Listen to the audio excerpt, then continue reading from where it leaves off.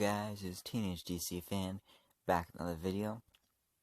And the Flash's impending demise in the upcoming Crisis on Infinite Earths crossover has cast a pall over the Flash's Season 6. And, finding out that your best friend and leader is supposed to die in the coming weeks is heavy stuff. Thankfully, though, the darkness and gloom temporarily lifts in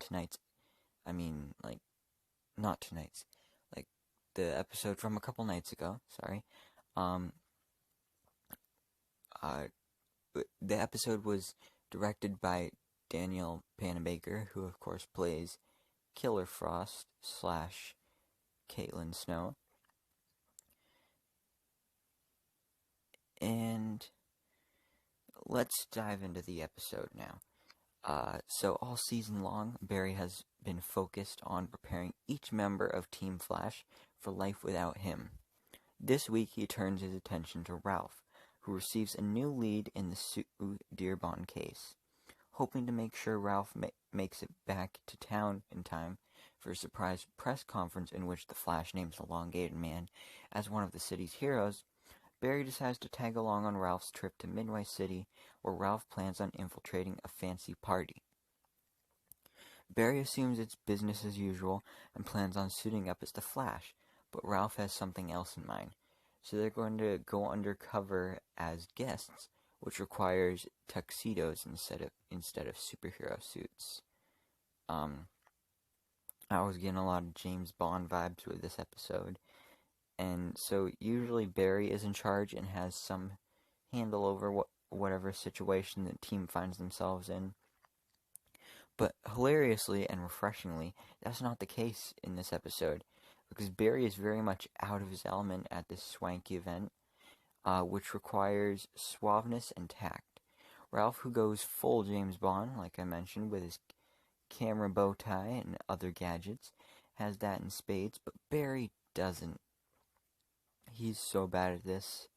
In fact, when Ralph, aka Ralph Dibny, and Alan Barry end up playing mahjong with the party's host, Remington Meister, Barry ends up screwing everything up and tipping Remington off that they're crashers because he comes in too hot and asks about Sue's whereabouts. Like, how stupid are you, Barry?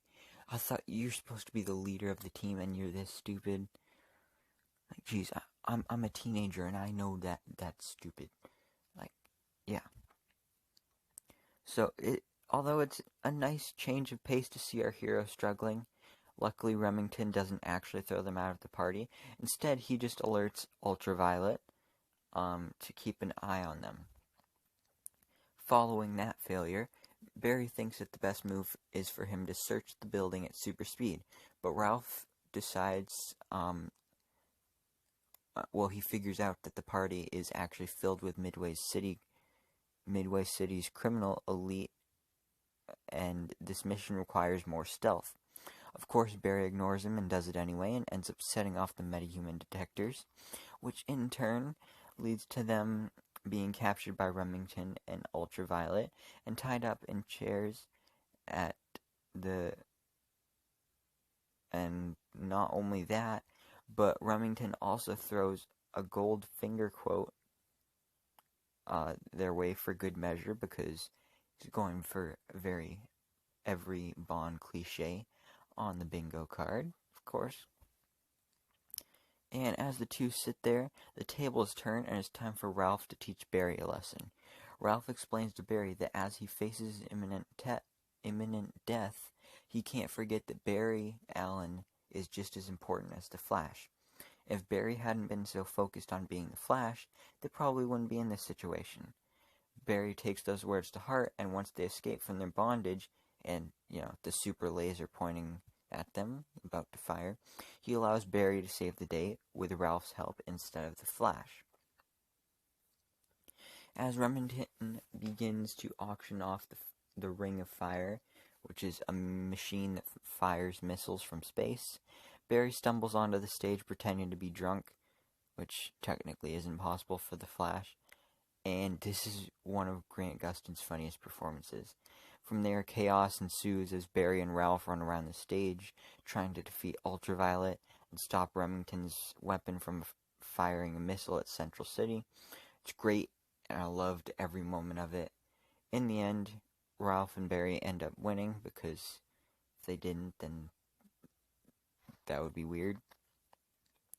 To make sure Barry understood Ralph's point, Ralph and Joe play a fast one on Barry later on. After the Flash presents Elongated Man to a band of reporters as the city's new hero, Elongated Man and Joe call Barry to the stage and award him a Medal of Honor for all of the good work he's done as a CSI for the city. Yes, the Flash is a superhero and deserves all the love, but Barry has changed almost as many lives in his regular person duties and has earned praise for that. This entire lesson reminded me of one of the final lines of Tom King and Mitch Gerard's Mr. Miracle. Darkseid is, but so are we. In this case, the Flash is. He's inevitable, a hero, etc. But so is Barry Allen. While Barry and Ralph were busy in Midway City, though, the rest of the characters were also reminded of their human sides. Cecile helped a newly freed Chester with his love life, which ended up helping her adjust to the big change in her life from DA to metahuman defense attorney. And it was honestly really cool to see Chester come back. I hope we continue to see him more. Cecile even offered to let him work at Star Labs, but I don't know how that's going to work out. And by the way, he did ask out Natalie. Didn't go so well, but even though she rejected him, he accepted himself, and so that's what matters. And now he's happy that he's himself, because he tried not being himself, and yeah, it's a long story.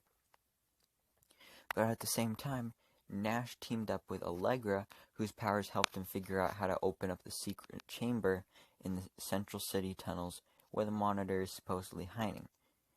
As they're working together, Nash coaches Allegra and lets her know that her powers don't define her and won't make her evil like her cousin. As the episode ends, though, it's heavily hinted that Allegra and Nash are related, which I didn't see coming, at all. Now, the episode ended with a very evil-looking Ramsey Rosso, who has gone full-on blood work, and then he ends up attacking Ralph. So that's where the episode ends off, and that's a major cliffhanger. So I don't know what's going to happen next. So let me know down in the comments below, what do you think is going to happen next on the next episode of The Flash? And what do you hope to see in the future of this show? Do you think Barry will survive the crisis? I do. But like I said, post your thoughts down in the comments below. Thank you so much for watching. Please remember to like, comment, and subscribe. And I hope to see you in my next video, so I bestow all my DC knowledge upon you.